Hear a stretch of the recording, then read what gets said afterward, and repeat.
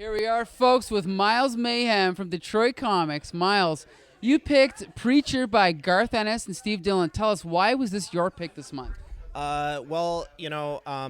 It's to me, it's one of the seminal, most important comics ever made. To me, I was reading it when it was coming out, and I was like a teenager. And to me, when after it all wrapped up, I was in awe of how beautiful something like that was. Just this 60 issue complete thing. It wasn't like at the time I was reading superhero comics and that were just kind of they're never ending. They're almost like soap operas, they just keep on going or whatever. But that was the first time that I read like a finite thing that wasn't a mini series. It was like this great grand thing. And I always like to tell my friends and other comic book lovers alike that I call it the great American graphic novel.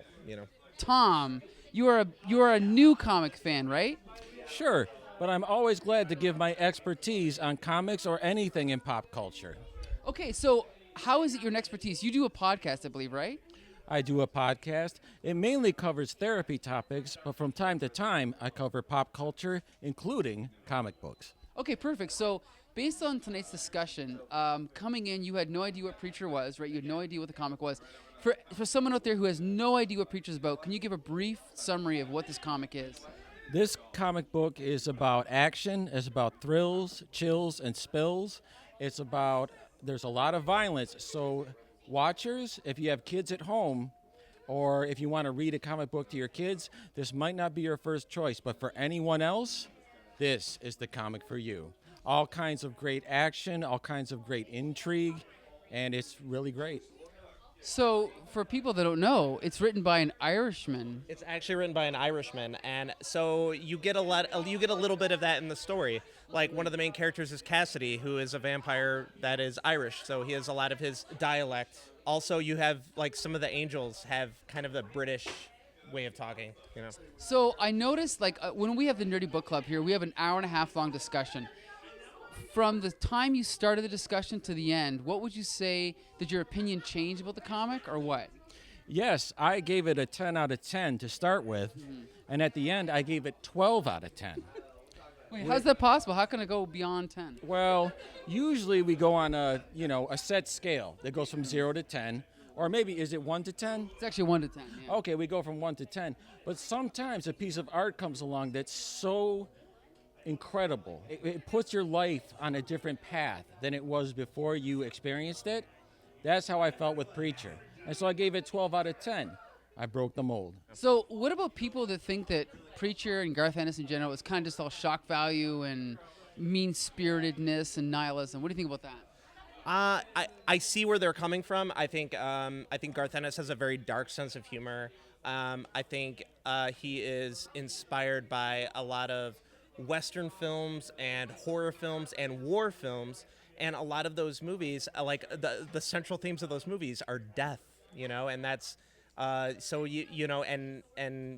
violence. Those are main things about these movies. It obviously takes place in Texas and in the Southwest United States, where it's very obvious that this is supposed to be a Western. And then throughout the series, not in this first volume that we just read, but throughout the series, there are flashbacks to when his father was in Vietnam. It's like Garth Ennis he wants to tell different types of stories, even though it's a Western. Like he's going to go back and do a war thing, or he obviously is. This is a religious tale as well. It's a little mythological, and he kind of does.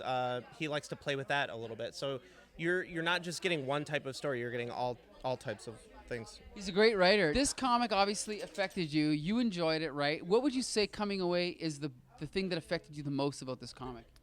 I would say just overall, it was the nihilistic themes of it. I can relate to nihilism. I like stories where there are no real good guys, which isn't necessarily the case with this, but for 90% of the story, it was a bunch of badasses dealing with badass shit, and they couldn't, they're just doing their best. They're people doing their best, and they get f***ed over most of the time. Just for a brief little scoop into what this comic is, tell the viewers who Arseface is. Arseface is he is a product of the 90s that after the events of Kurt Cobain killing himself, he was inspired to do the same. However, he was not completely successful. After several surgeries and whatnot, they were able to keep. Blew his face off. Yeah, basically his face looks like a butthole, and he is nicknamed Arseface by Cassidy. And I also must point out that his face is so deformed he's unable to speak properly, and so all of his dialogue is subtitled. So there's bubbles with garbled English, and then there's a little caption at the bottom that explains what he's actually saying. That makes it 16 times funnier, I have to admit. I feel like they didn't get it right in the show.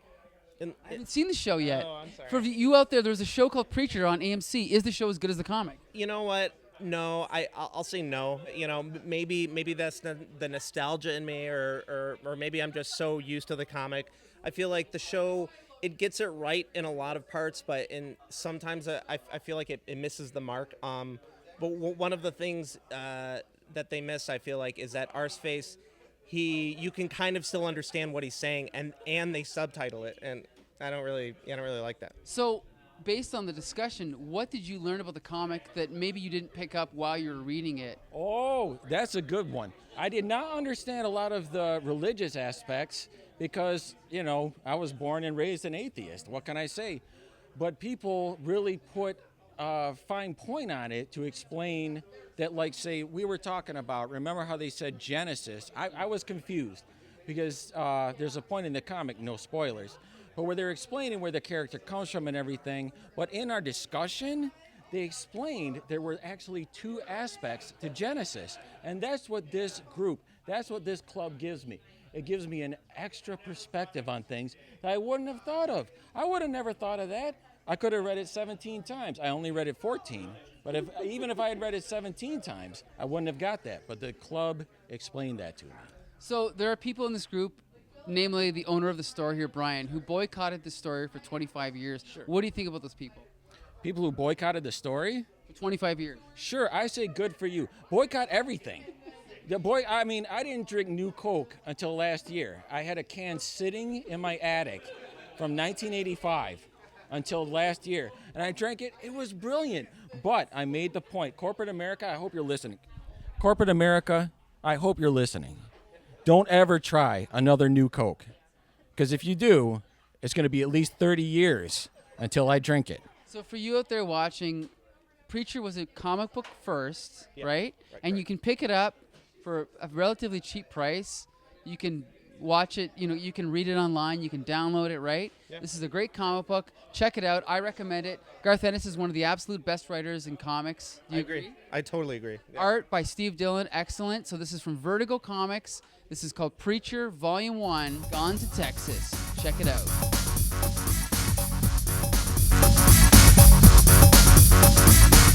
Where can people find you? If they want to hear more from Tom McDaniel, where can they see you? If you want to find my podcast, it's dbttherapyfocus.podomatic.com. It's super boring, but if you're having any problems in your life, it can help you out. Okay, 1 second. Earphones out. Ready to go? Sure. All right, man. How would you like me to introduce you? Tom McDaniel.